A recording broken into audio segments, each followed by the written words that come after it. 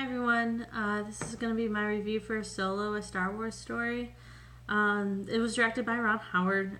If you didn't watch my video about how I rank movies, one thing you should know is I'm a huge Star Wars fan. I'm more of a Star Wars fan than I am a Marvel Universe fan, actually. I can geek out like no other.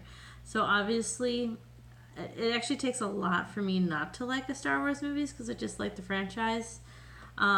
So maybe my ranking is going to be a little bit more biased on this one.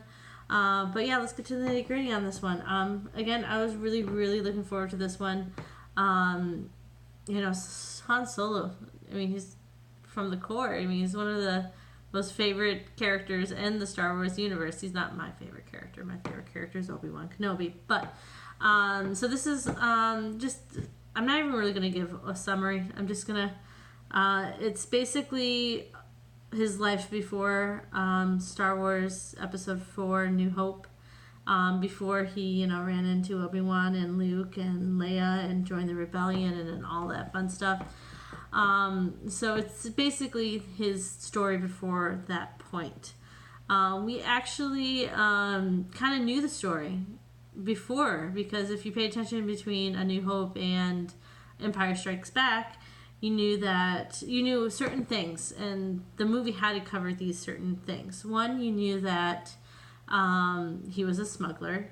He was one of the best pilots in the universe before this. He did something called the Kessel Run in 12 parsecs, which apparently is unheard of, even though we don't know what a parsec is and what the Kessel Run is. I always assumed it was a race. But anyway, so we knew that. We knew he was a smuggler. We knew that... that he was boarded by an Imperial shuttle and he had to dump his load for a job of the Hutt. We knew that he saved Chewbacca's life, and Chewbacca owed him a life debt, and that's why they have that close friendship.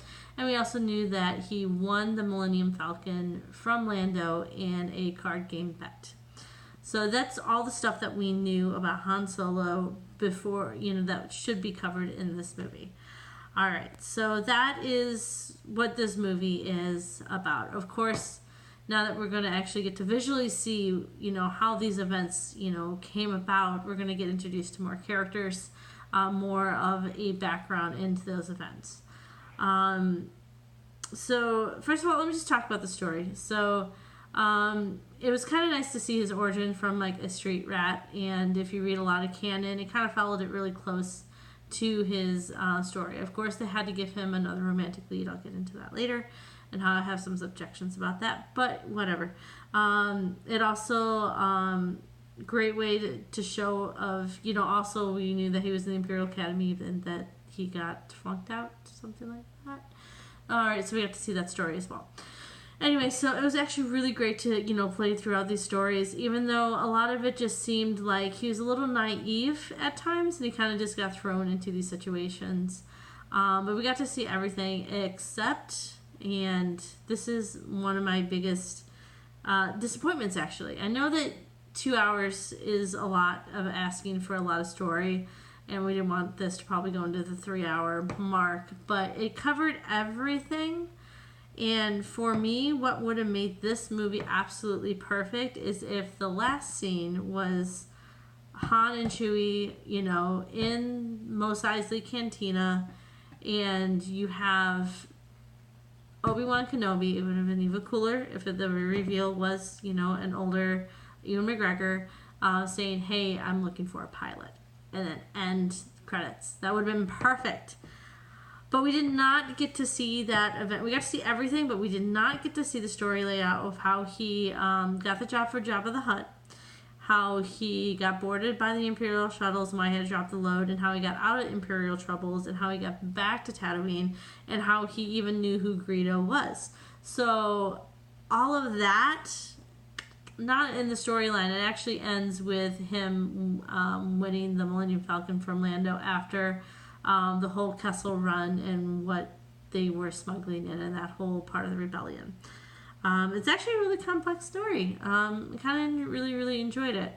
So I really have to go into the actors. So Solo is played by an unknown actor. I mean, he has a few credits, but I've never seen any of these movies.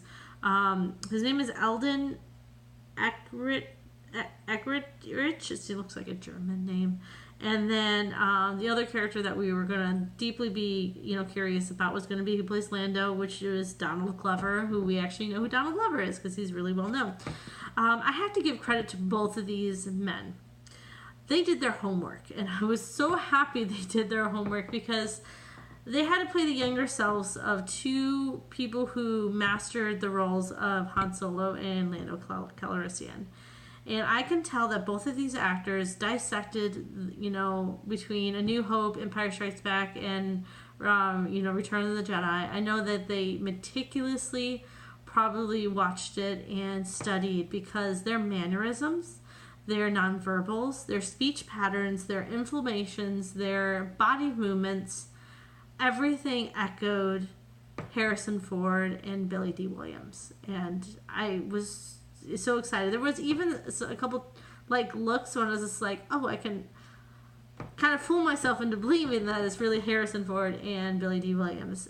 Those two actors, they had a huge job, and I'm very, very happy with their performances. I actually think that Donald Glover nailed it on the head a little bit more than this Eldon guy, because Eldon seemed to be a little naive in his role as Han Solo, a little bit more than I thought Han Solo would be at that stage of his life. But Donald Glover nailed Lando. Seriously, it's like the perfect characterization. And they both did a really fantastic job. So very, very excited. Let's see, some other things. Other great actors in this movie. Woody Harrelson. Man, he's really coming out with things left and right, and he's not just doing comedy anymore. He's doing serious stuff. He's doing sci-fi. I mean, every single role seems to be kind of the same role a little bit, but at the same time, completely different takes on that older, character. Let's see. Paul Bentley. I mean, I love Paul Bentley, and it was so glad to see him, in another role other than playing a computer, Vision from Marvel Universe. But I love Paul Bentley. I mean, no complaints, and I liked his character a lot in this movie. And then a big surprise was Warwick Davis. I jumped out of my chair when I saw him because I was just like, what? And he looks just like he did from Willow. And I was like, Warwick Davis, there you are. I mean, you made your way into another Star Wars movie. That was fantastic. Oh my goodness. So I was very excited to see, and it wasn't just like a walk-by appearance. He actually had a few he had some screen time. Very, very excited. I want to talk about a couple of little other Easter eggs, and I was looking for Easter eggs throughout this entire thing. And there's one Easter egg I think they could have gone into, but I think they missed the mark on it. But first of all, if you were listening closely, when he's in the terminal and he hears the advertisement for joining the Imperial Force, that's actually the voice of Ian McDiarmid. And if you don't know who that is, shame on you for saying you're a Star Wars fan. Ian McDiarmid plays the Emperor, so it was fantastic. I was happy to have that little Easter egg. Let's see. A critique on this one. And I'm a huge Star Wars fan, and I wasn't expecting any Jedi to appear in here, which, they delivered on that. But this is actually a critique also coming back to Rogue One, is that I think the Star Wars universe feels like they always have to have this comedic sidekick of a droid. And I actually didn't really mind it in Rogue One. I think it actually really worked well. That character grew on me. But this one was annoying. As soon as we were introduced to this droid girl character, I kind of rolled my eyes. I was just like, okay, fine, we're going to get this droid sidekick, and it's going to have his own personality, which she did, and it's going to have his little quirks, and I was like, not all droids can have their own personality and be rebellious, and some of them are just going to do what is being told. But that's just me. There's a scene when they were in Kessel and all of the prisoners were, getting free, and I was like, this reminds me of Temple of Doom. So this is just a little observation. Now let's talk about the big reveal. there was a huge reveal in here, and excuse me if I go off a little bit on this one. If you don't know the canon of Star Wars, when you saw this character get revealed, you were probably like, that's not possible. What? We're going to talk about Darth Maul. Okay. If you did not watch the Clone Wars TV series, then you're probably lost about how is that completely possible. Years after he was killed in episode 1, we know we saw the thing around his waist. What is going on? But since I've watched the Clone Wars television series, which explains what happened, actually explains his origin story, but what happened after Obi-Wan, cut him in half and he fell down that pit. Who retrieved him, how he was revived. Obviously, he's a Force user and he's using the dark side of the Force, and it has to kind of all do with that.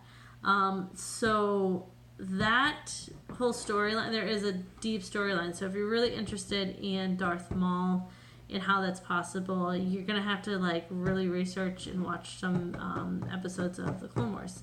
But that was a neat reveal, and I'm actually a little. Okay, so I'm curious to where they're gonna take this. So this is the story we knew. We knew what we were gonna get with this story. We knew Han's past, and then we're introduced to something that would possibly lead to other movies, which is weird because the timeline, we know what happens in the future, but now you're introducing another element of somebody who's from the past that makes no appearance in 4, 5, or 6. And so what is Darth Maul's role? Now, I have a theory of how this is going to get played out. We know that there are 2 other movies that are in the works or announced that's going to take place in this time period, which is between episode 3 and episode 4, which is going to be the Han Solo movie, not the Han Solo movie, the Obi-Wan movie, and then the Boba Fett movie. So I'm going to guess that Darth Maul is going to play a part in those 2 movies. And I would not also be surprised if they decided to throw the Imperial getting boarded, Han Solo getting boarded by the Imperial cruiser and dumping into the Boba Fett movie. I would not be surprised if that's where they include it in. So we're going to see some characters again. That would actually kind of make sense, connecting things. It's just a theory, and because the Clone Wars TV series does not say what is the fate of Darth Maul. So maybe this will give us some closure on that one. The only thing I haven't watched is I've only seen season 1 of Rebels, and maybe that can give me some more answers and guidance on that. A missed opportunity is that when we meet these pirates, the Marauders, and the leader takes off her helmet, and I felt like there was going to be this big reveal of a character that we might have known, and I really think it should have been. Just to connect us to, the rest of the Star Wars storyline. And there could have been, she's part of the rebellion. I think that she could have been a he and could have been the main guy from Rogue One, that this was the job, because this does take place, I'm guessing, months before Rogue One happens. And so that was a missed opportunity. It could have been Alderaan. It could have been just been any other people from Rogue One. Obviously not the main girl, but I think it was a missed opportunity, and I think they could have just connected Rogue One with this just a little bit. So I guess that's just a critique, I'm gonna say. All right, this has gone on over and off, but I can go geek out into Star Wars even more. So where does this land on my list? So I'm a huge Star Wars fan. No, this shouldn't be surprising. I'm going to rank it pretty high because I actually really enjoyed seeing the played out events. Oh, I also really liked Han Solo speaking, Chewbacca's language and how that was established. I actually really liked the Wookiee storyline in here.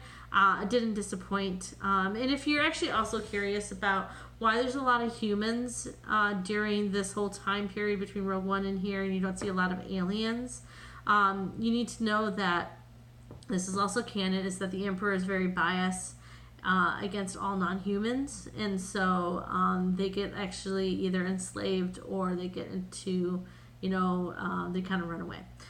Anyway, so I think I'm done with that.